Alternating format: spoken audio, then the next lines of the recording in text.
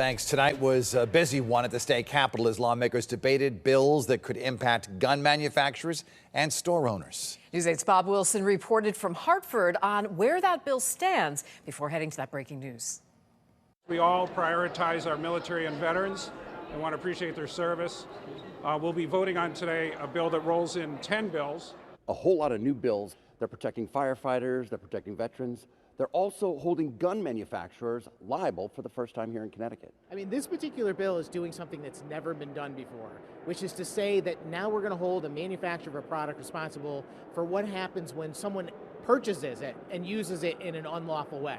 House Bill 7042, the Firearm Industry Responsibility Act, it allows for lawsuits against manufacturers of gun dealers who market or sell to anyone who is likely to commit violent crime with that gun.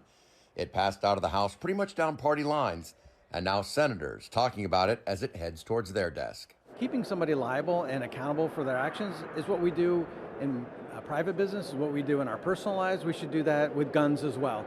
I think everybody would think that that's common sense. There's also Senate Bill 1426, which strengthens firefighter cancer relief.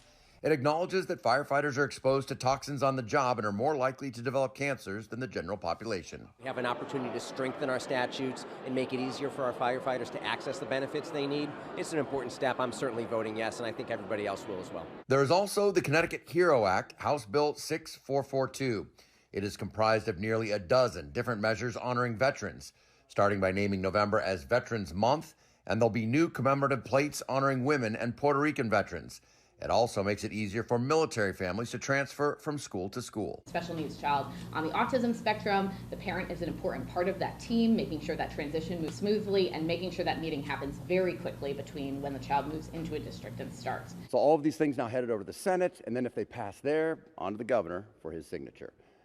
At the Capitol, Bob Wilson, News 8.